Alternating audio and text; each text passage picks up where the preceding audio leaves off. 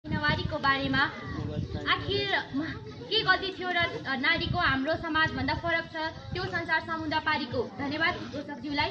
यस सभाका सभापति महोदय, सभामा आसीन प्रमुख अतिथि, निर्णायक मण्डल तथा गुरुवर्ग र मेरा प्यारा मित्रहरू र भाइ बहिनीहरूमा म कक्षा 10 की छात्रा स्मिता तामाङको तर्फबाट स्वीकार्नुहोस् सानो अभिवादन।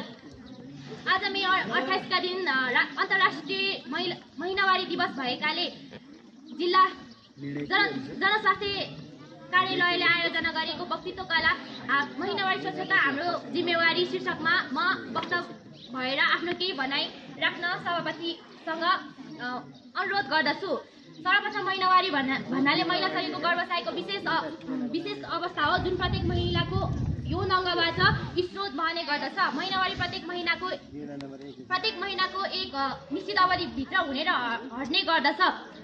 महिनावारी महिला शरीरको हार्मोनहरूको चक्रसँग सम्बन्धित हुने गर्दछ जुन 28 दिनको हाराहारीमा हुने गर्दछ। महिनावारी किशोरीहरूमा सामान्यतः लगभग 12 देखि 13 वर्षको उमेरमा हुने गर्छन्, तर 9 वर्षदेखि 16 वर्षको उमेरको बिचमा पनि हुन सक्छन्, जसलाई मेनार्की भनिन्छ। महिनावारी केवल जैविक प्रक्रिया मात्र होइन, यो महिला स्वास्थ्यको सङ्केत पनि हो। हामीलाई थाहा छ कि महिनावारीको समयमा स्वस्थता अपनाउनु कति महत्त्वपूर्ण हुन्छ। रजस्वाला केवल महिला स्वास्थ्यमा सकारात्मक मात्र होइन, सामाजिक दृष्टिकोणलाई पनि सुधार गर्न मद्दत गर्छ। आदिम समयमा महिनावारीलाई घृणाको दृष्टिले हेर्ने गर्थे, जसका कारण महिलाहरू अस्वस्थ रूपमा देखिन्थे।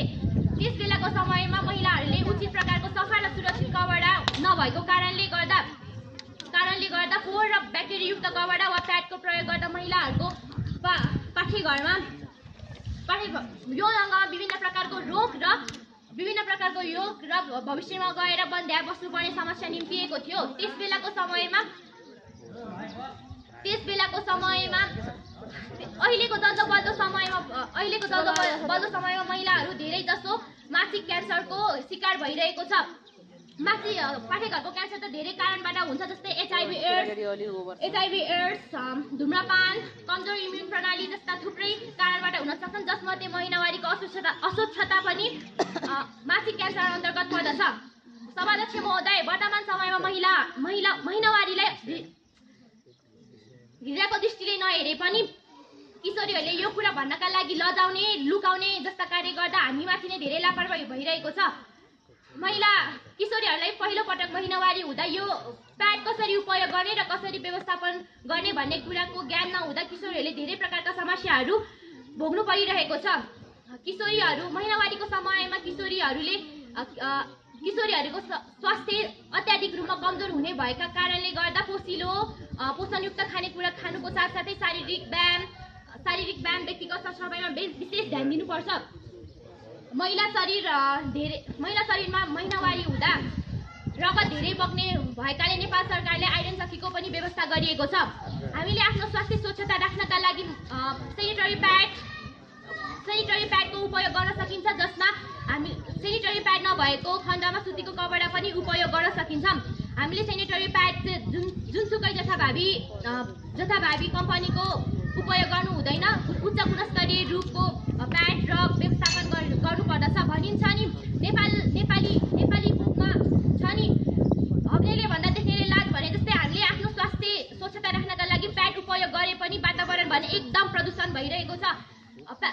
फोहोर प्याडको कारणले गर्दा वातावरण प्रदूषण र समाजमा लाजको भण्डारण भइरहेको छ। मलाई लाग्छ कि महिनावारी स्वच्छता हाम्रो जिम्मेवारी हो, तर यसको महत्त्व बुझ्नु पनि त्यति नै आवश्यक रहेको छ। महिनावारीको समयमा महिलाहरूले ध्यान नदिएमा महिलाको शारीरिक स्वास्थ्यमा असरको सँगसँगै सामाजिक र मानसिक चुनौतीहरू निम्तिन पनि सक्छ। अतः म के भन्न चाहन्छु भने, मेरो विचारमा लाग्छ महिनावारीको समस्या एक महिलाको मात्र नभएर सम्पूर्ण समाजको कर्तव्य र जिम्मेवारी हो। हामी सबै एकजुट भएर सामाजिक विकृतिलाई हटाउनु पर्दछ र महिनावारी सम्बन्धी जनचेतनामूलक फैलाउनु पर्दछ भन्दै मेरो केही सागरमित भनाइहरूलाई यही टुङ्ग्याउन चाहन्छु। हस्त, धन्यवाद।